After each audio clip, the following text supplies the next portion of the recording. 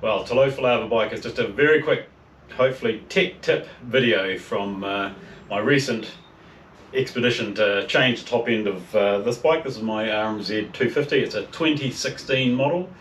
I've had it since new in 2016. It's now 2023, so it's 8 years. It's done 85 hours, and it was time to rebuild the top end. That might seem like a lot of hours for a 250F, but I'm a veteran, so I don't bounce the valves off the stops all the time, and actually for most of that life it's done cross-country work as well, so I think it was still in pretty good nick, but it was definitely getting to the point where I was getting a bit nervous. Anyway, so it's time to do a rebuild. I've done quite a lot of two-strokes in my time, but this was my first attempt to rebuild the top end of a modern four-stroke, so there were a few new things to get my head around. There were a few things to get my head around. Sorry, there was just a delivery arrived in the middle of my 3-minute video. Anyway, so there are a few problems to get my head around. So I use usual resources for my mechanical jobs. I've got a couple of generic bike mechanic type books. YouTube videos like this are hugely helpful. So obviously I looked up a bunch of those about how to rebuild a four-stroke. But my primary resource is always the actual manual for the machine I'm working on itself. You know, because obviously, particularly like YouTube's great, but very often the person's not working on your particular machine. And over the years, I've learned to rely very heavily on the manuals. I've generally find them very good over a number of different manufacturers. And I work on the principle that if you just take your time, read them carefully, read the notes, read the info boxes, step by step, follow them very closely, you will get the job done and it will be okay. However, in this case, basically that worked in most cases, but I had a huge amount of trouble with the cam chain, in particular getting the cam chain back on the bike. So cutting straight to the quick, when it came time to reassemble it again, now I'll come back to the cam chain, it had actually been very difficult to get it off as well, and there were no particular instructions on how to get it off. On this bike, on the RM-Z250, and I don't know about others, but on this bike, you actually take the cam chain tensioner completely out of the bike before you get to the point of taking the cams and the cam chain off and the cams off. So the tension is completely gone, but it was still very difficult to get off. Eventually got it off, but I could not for the life of me get it back on again. And so what was the issue? So the issue was, if you follow the book, basically when you get to the reconstruction time, it says put the exhaust side of the cam chain on. So you put it on top dead center, you put the exhaust side cam chain on, then it tells you to turn it so the timing mark C, which is the horizontal bit at the front, is aligned with the top of the head and the top and then it tells you to count number of links to the intake side and then line up their markers, and then it says it's all good, right? Well, for the life of me, I could not get that to work, and the quick answer is you needed to do it in the opposite order.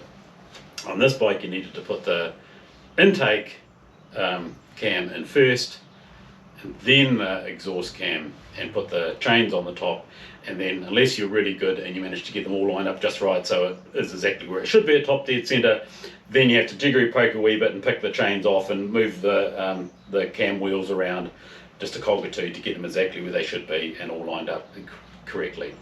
Anyway, so that's the short answer, is on this bike you needed to do the intake first and then the exhaust. Now I know some of you, if you're listening just for the interest here, may be saying, oh yeah, you forgot something else. Well, it's not the chain tensioner, the cam chain tensioner on this bike. That's completely removed at this stage of the game.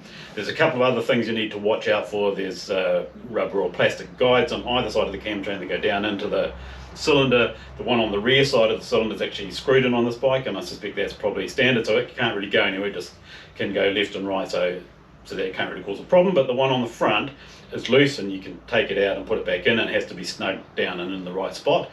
So they need to be right. And the chain on the sprocket, you know, so it's a triangle that goes down into the engine. You need to make sure the chain's properly on the sprocket down in the engine, which is a bit finicky, but you could do it with a torch by looking down and see that it was actually centered and in place right. And there were some instructions in here about how to check that was in the right place. But with all that said and done, it was absolutely not possible to get it back together doing it on the exhaust side and then the intake side. And then that kind of once I'd finally figured out, I thought, well, because I've basically given up, I thought, well, the only other thing I can do is try and do it in reverse, do the intake and then the exhaust, and then I got it done quite quickly.